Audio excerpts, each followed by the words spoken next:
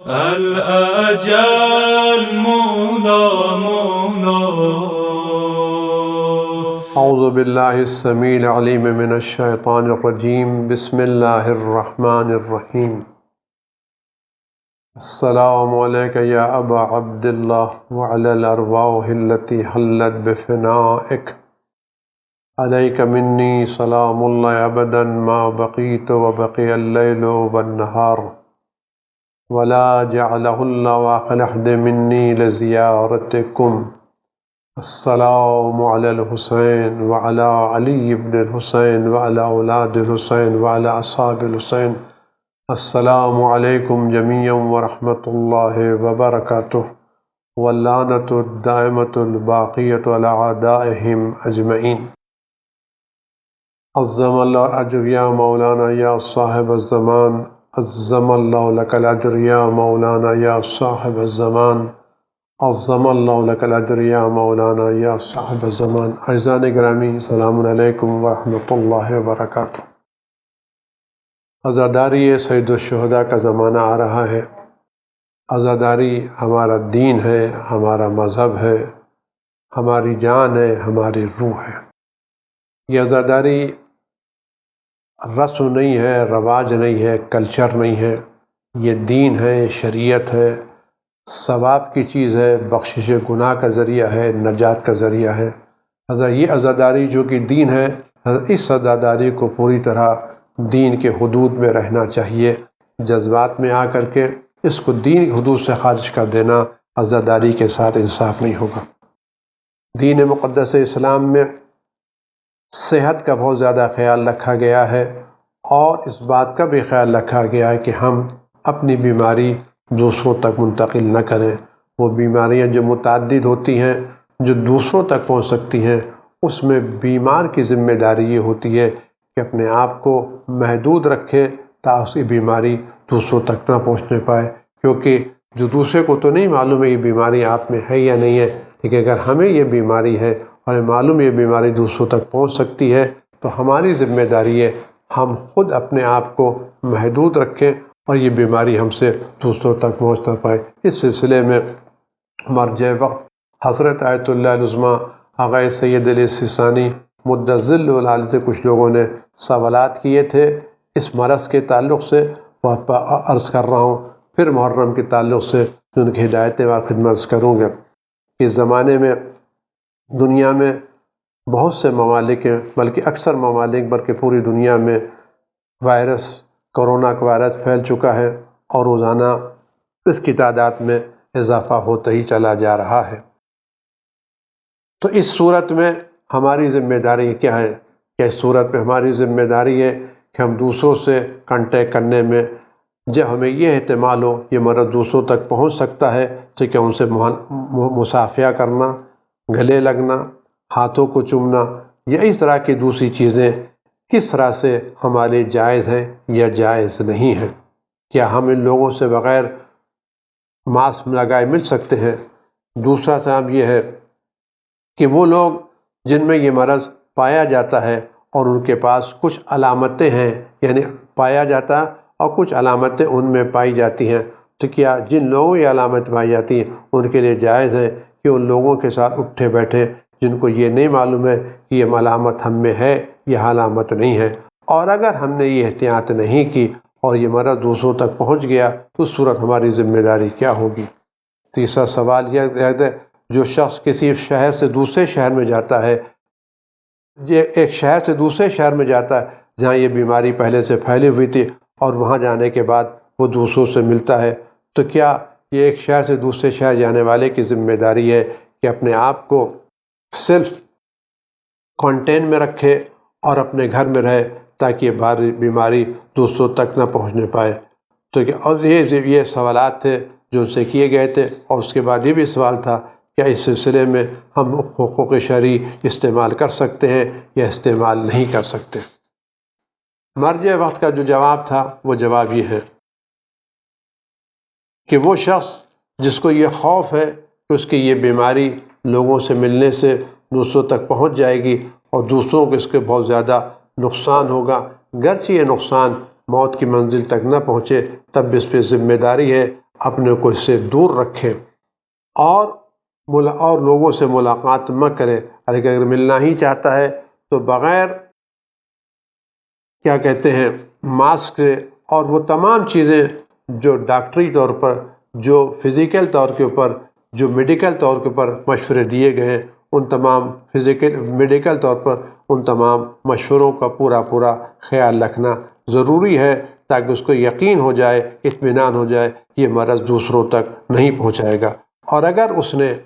ان تمام احتیاطات کا استعمال نہیں کیا اور ان تمام چیزوں کا استعمال نہیں کیا اور اس کی بے احتیاطی سے یہ مرض دوسروں تک پہنچ گیا، تو اس صورت میں وہ شرعی طور پر معذور قرار نہیں دیا جائے گا۔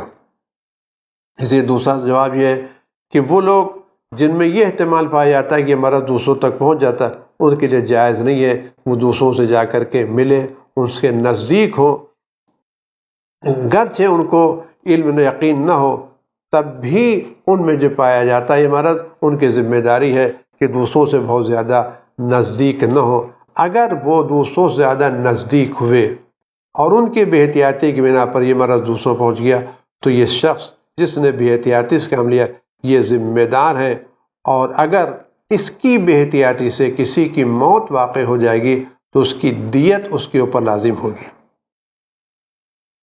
اس بنا کے اوپر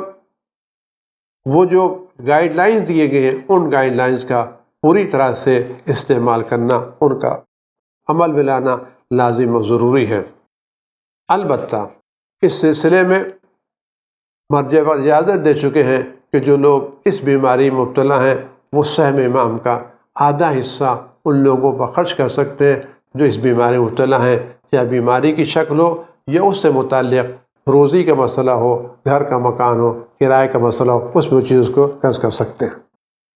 اور اس کے بعد جو انہوں نے گزارش کی ہے وہ کہہ سکتے ہیں ہم مومنین سے التجا کرتے ہیں کہ اس بارگاہ میں، خدا کی بارگاہ میں گر گڑا کر کے التجا کریں تاکہ یہ بلا دور ہو جائے، اور زیادہ سے زیادہ نیک کام انجام دیں۔ ان نیک کاموں میں فقیروں کا خیال رکھیں، کمزوروں کی مدد کریں، قرآن کریم کی تلاوت کریں، اور ائمہ معصومین اور رسول خدا سے جو دعائیں وارد ہوئی ہیں ان دعاؤں کو پابندی سے پڑھتے رہیں۔ اور اسی طرح سے یہ بھی ضروری ہے کہ پوری طرح سے احتیاط کریں تاکہ یہ مرض بڑھنے نہ پائے اور اس مرض میں اضافہ نہ ہونے پائے۔ جو کچھ معین کیا گیا اور بتایا گیا اس پر پورا خیال رکھیں۔ پھر یہاں کہا کہ وہ خانوادے، وہ فیملیاں جو ان مرض سے متاثر ہو چکی ہیں ان کا خیال رکھا جائے اور ان کی زندگی میں ان کی مدد کریں، اور جو بیمار ہو چکے ہیں ان کو اس مرض سے مدد کریں ان کی، تاکہ وہ بیماری سے جلد نجات پا سکیں۔ یہ ایک مسئلہ تھا۔ اور اس کے بعد ایک دوسرا مسئلہ ہے جو مجالس کے تعلق سے ہے، جس کے اوپر کچھ لوگ ہے۔ یہ بات میں آپ سے پوری طرح سے کر دینا چاہتا ہوں کہ مرجع وقت میں کسی بھی شکل صورت میں، کسی بھی صورت میں عزاداری سے منع نہیں کیا ہے، مجلسیں برپا کرنے سے روکا نہیں ہے۔ یہ غلط فکریں جو لوگوں تک پہنچائی جا رہی ہیں، کسی بھی فتوے میں مرجع وقت نے مجلسوں سے روکا نہیں ہے، نہ مجلسیں روکی ہیں، نہ جلوس روکے ہیں، نہ تعزیہ داری روکی ہے۔ انہیں صرف جو بات کی ہے کہ آپ ایسا کام مت کریں جس کی بنا پر یہ مرض دوسروں کو لگ سکتا ہو۔ اور یہ بات آپ یاد ہے کہ وہ مشورے جو مرجعیت دیتی ہے، یہ مشورے مرجعیت کے اپنے ذاتی مشورے نہیں ہیں، ان مشوروں کی بنیاد اہل بیت علیہ السلام کی روایتیں ہیں، اہل بیت علیہ السلام کی تعلیمات ہیں، اور ہمارے مراجع اہل بیت کی تعلیمات سے سب سے بہتر واقف ہیں۔ لہذا مراجع کی سفارشات، ان کی ہدایتیں دراصل ترجمانی ہیں اہل بیت علیہ السلام کی حدیثوں کی، ترجمانی اہل بیت السلام کی تعلیمات کی۔ لہذا کبھی بھی اس بات کا خیال نہ رکھیں یہ مرجع کی ذاتی رائے ہے، یہ مرجع کی ذاتی رائے نہیں ہے، بلکہ اہل بیت کی تعلیمات کی ترجمانی ہے۔ یہ بات اس وقت کر چکا ہوں۔ نجف کے کچھ مومنین نے مرجع خدمت لکھا ہے، بسم اللہ الرحمن الرحیم، محرم کا زمانہ قریب آ رہا ہے اور وہ واقعہ کربلا کی یاد تازہ ہونے والی ہے، اور آپ کو پتہ ہے کہ کورونا کا مرض روز بروز بڑھتا چلا جا رہا ہے، تو آیا اس صورت میں آیا ہم بڑے بڑے اجتماعات اور بڑی بڑی مجلسیں کس طرح سے برپا کریں، خاص کر ان جگہوں کے اوپر جو جگہ بند ہیں۔ بہت سے مومنین ہم سے سوال کر رہے ہیں کہ عزائے روزہ ان حالات میں کس طرح سے برپا کی جائے اور کس طرح سے اس سلسلے کو جاری و ساری رکھا جائے تاکہ عزاداری کسی طرح سے متاثر ہونے پائے، ختم ہونے پائے۔ جواب ملتا ہے، بسم اللہ الرحمن الرحیم، السلام علی الحسین وعلی اولاد الحسین وعلی اصحاب الحسین ورحمۃ اللہ وبرکاتہ۔ یہاں پر بہت مختلف طریقے ہیں جن طریقوں کو اختیار کر کے ہم امام حسین کی عزاداری برپا کر سکتے ہیں اور اپنے رنج و غم کا اظہار کر سکتے ہیں اور اہل بیت علیہم السلام کے ساتھ کی خدمت میں تعزیت و تسلیت پیش کر سکتے ہیں جو مصیبت اہل بیت پر اور اسلام پر وارد ہوئی ہے۔ ان طریقوں میں سے ایک طریقہ یہ ہے کہ ہم زیادہ زیادہ مجلس امام حسین کی مفید مجلسیں برپا کریں، اور ہو سکے یہ زیادہ زیادہ مجلسیں ٹیلی ویژن کے ذریعے سے، انٹرنیٹ کے ذریعے سے یہ مجلسیں ہونا چاہیے، اور وہ سینٹر اور وہ مراکز اور وہ مؤسسات جو دینی ہیں، جو کلچر ہیں، ان کی ذمہ داری ہے کہ بہترین اور معتبر خطبہ کے ذریعے سے رابطہ قائم کریں، نوخوانوں سے رابطہ قائم کریں اس سلسلے میں، اور ان کو آمادہ کریں کہ وہ مومنین کو آمادہ کریں کہ ان مجلسوں کو غور سے سنیں اور ان کے ساتھ اچھا برتاؤ کریں، چاہے اپنے گھروں میں ہوں یا کہیں بھی ہوں۔ یعنی ذمہ داری ہے کہ آپ اچھے ذاکرین سے رابطہ کریں اور ان کی مجلسیں براہ راست ٹیلی ویژن پر، انٹرنیٹ پر نشر کریں۔ یعنی مجلسیں برپا کرنے کی بات کی گئی، بند کرنے کی بات نہیں کی۔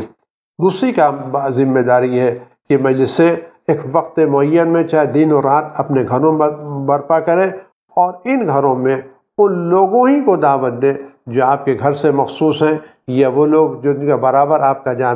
آنا جانا ہے، اور یہ لوگ باقاعدہ غور سے گھروں میں بیٹھ کر کے مجلسیں سنیں، چاہے یہ انٹرنیٹ کے ذریعے ہوں، چاہے اور کسی چینل کے ذریعے ہوں، لیکن وہ مجلسیں جو عمومی مجلسیں ہیں ان مجلسوں میں باقاعدہ صحت کے قوانین کا خیال رکھا جائے۔ ان سے جو قوانین گورنمنٹ نے معین صحت کا خیال رکھا جائے کہ لوگ ایک دوسرے سے بہت زیادہ قریب نہ بیٹھیں، اور اس کے ساتھ ماسک استعمال کریں، اور جو بچاؤ کے راستے ہیں جس سے کورونا کے مرض کو پھیلنے سے روکا جا سکتا ہے، اس تمام چیزوں کا خیال رکھیں، اور اتنے ہی لوگوں کو ان مجلسوں میں دعوت دیں جتنی جگہ اجازت دی جائے، جتنی جگہ میں گنجائش ہے۔ ظاہر ہے یہ تعداد معین نہیں کی جا سکتی، یہ تعداد جگہوں کے اعتبار سے، گھروں کے اعتبار سے، شہروں کے اعتبار سے الگ الگ ہو سکتی ہے۔ تیسری چیز یہ ہے کہ ہم ان ایام میں جتنا زیادہ ہو سکے اس غم کو، ان پیغام کو عام کریں، پوسٹروں کے ذریعے سے، پرچموں کے ذریعے سے، ہولڈنگوں کے ذریعے سے، پلے کارڈ کے ذریعے سے، سڑکوں پر، چوراہوں پر، گلیوں میں، عمومی جگہوں کے اوپر ہم اس طرح سے پورا ایک ماحول بنا دیں کہ پتہ چلے کہ پورا شہر اس عزاداری کے ماحول میں ڈوبا ہوا ہے۔ لیکن ان پرچموں کو لگاتے وقت، ان پلے کارڈ کو لگاتے وقت قوانین کا خیال رکھیں، ایسا نہ ہو کہ ہم وہاں لگائیں جہاں ہمیں لگانے کی اجازت نہیں ہے۔ البتہ ان پرچموں میں ہم امام حسین کے کلمات لکھیں، ان کے تحریک کی باتیں لکھیں، ان کے انقلاب کی باتیں رکھیں، اور جو واقعہ کربلا میں رونما ہوا ہے اس کے متعلق سے اشعار لکھیں۔ یعنی صرف پرچم میں لگیں، پرچم پر پیغام حسین لوگوں تک پہنچائیں، ہر پرچم پر پیغام ہو، ہر ہولڈنگ پہ پیغام ہو، ہر جگہ ایک پیغام ہو۔ جہاں تک کھانے پینے کا سوال ہے تو اس کھانے پینے کی چیزوں کو جو تبرک تقسیم کیا جاتا ہے اس کو بھی صحت کے اصول کا خیال رکھتے ہوئے ان کھانے پینے کو تقسیم کیا جائے، اور اگر ہو سکتا ہے تو سوکھے کھانے پیش کیے جائیں تاکہ دوسروں تک وبا پھیلنے نہ پائے۔ خدا بند عالم ہم سب کو اس مناسبت سے ذکر حسین، عزاداری امام حسین کو زندہ رکھنے کی اور اسے قائم رکھنے کی توفیقات عنایت فرمائے، تاکہ آج جو حالات ہیں ان حالات میں ہم بہتر طریقے سے عزاداری کو ادا کر سکیں۔ اس کے بعد ایک گزارش آپ کی خدمت میں کرنا چاہ رہا ہوں کہ اس کو بہت ہی ادب سے سنیے گا کہ آج ظاہر سی بات ہے اذان محرم کا زمانہ آ رہا ہے۔ اس محرم کی بنا پر امام حسین کے صدقے میں بہت سے لوگ ایسے تھے جن کے سال بھر کے اخراجات حسین کے ذکر سے پورا ہوتے تھے، مجلسوں سے پورا ہوتے تھے، لیکن ان حالات میں مجبور ہیں، جا نہیں سکتے، اجازت نہیں ہے، لوگ بلانا چاہتے ہیں لیکن سروسیں بند ہیں، راستے بند ہیں، چیزیں بند ہیں، اور ویسے پر لہٰذا بہت سے لوگ جو ان ایام میں دوسری جگہوں پر چلے جاتے تھے، ویزے مل جاتے تھے، یا اپنے ملک میں ہی کہیں چلے آتے تھے، اور اس طرح سے خدمت حسین بھی کرتے تھے، اور امام حسین کی بارگاہ سے ہدیے بھی ملتے تھے، جو اس سال ذرا سا مشکل ہو رہی ہے۔ لہٰذا میری گزارش ہے ان تمام لوگوں سے جو مجلسیں برپا کرتے تھے، پروگرام منعقد کرتے تھے، چاہے مؤسسات ہوں، چاہے امام باڑے ہوں، چاہے انجمنیں ہوں، چاہے افراد ہوں، جو بھی ہوں، میری آپ سے گزارش یہ ہے کہ آپ ان خدمت گزاران امام حسین کو مت بھولیے۔ جو خدمت آپ گزشتہ سال کرتے تھے، اس خدمت کو سال جاری رکھیے، اور میری گزارش یہ ہے اگر پر سال آپ نے خدمت کی تھی تو اس بنا پر اگر آپ خدمت کر رہے تھے، یہ میرے عزا خانے کا ذاکر ہے، یا یہ میرے ادارے کا ذاکر ہے، یا میرے گھر کا ذاکر ہے، یہ میری شب بیداری ہے، یہ میرا جلوس ہے، اس سال ذرا سا آگے بڑھ جائیے اور خدمت کا عنوان ذرا بدل دیجئے۔ یہ حسین کی خدمت گزاری کر رہا ہوں، یہ حسین کا ذاکر ہے، یہ حسین کا خطیب ہے، یہ حسین کا نواخواں ہے۔ آج اس سال اپنی نیتوں کو ذرا سا حسین کی طرف موڑ دیجئے اور خدمت کیجئے۔ پر سال کرتے تھے یہ میرے گھر کا ذاکر ہے، میں اپنے گھر کے ذاکر، آج کہیں نہیں، میں حسین کے ذاکر کی خدمت کر رہا ہوں، میں حسین کے نواخواں کی خدمت کر رہا ہوں۔ تو ان ذاکرین کو، ان خطیبوں کو، ان نواخوانوں کو، ان سوزخانوں کو، ان امام حسین سے مربوط لوگوں کو مت بھولیے۔ جیسی خدمت پہلے کرتے تھے ویسی خدمت اس سال بھی کیجیے۔ اگر اتنے امکانات نہیں ہیں تو جتنا آپ کے امکان میں ہے ان خدمتوں سے ان غلامان امام حسین، نوکران امام حسین کو محروم نہ رکھیے۔ خدا آپ کو اجر عطا کرے، صلہ عطا کرے، بہتری عطا کرے، اور آپ یقین جانیے جتنا آپ امام حسین کی بارگاہ میں دیں گے، امام حسین اس سے کروڑ گنا آپ کو دنیا میں بھی دیں گے اور آخرت میں دیں گے۔ امید ہے کہ ہم اس سال عزاداری کا خیال رکھیں گے پوری دینی پابندیوں کے ساتھ، اور غلامان امام حسین، نوکران حسین کو بھی فراموش نہیں کریں گے۔ والسلام علیکم ورحمۃ اللہ وبرکاتہ۔ اللہم صل علی محمد وآل محمد وعجل فرجهم